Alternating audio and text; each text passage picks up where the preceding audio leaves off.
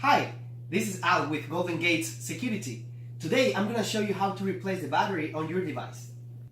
To replace the battery on your shock sensor that normally is located on the window on your bathroom, try to locate the indentation that is on the opposite side of this little hole here.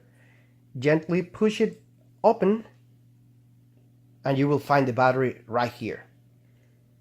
You can gently remove it.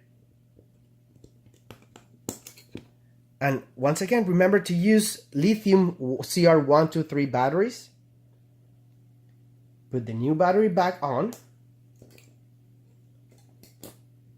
Then try to match these two flanks with the little slots.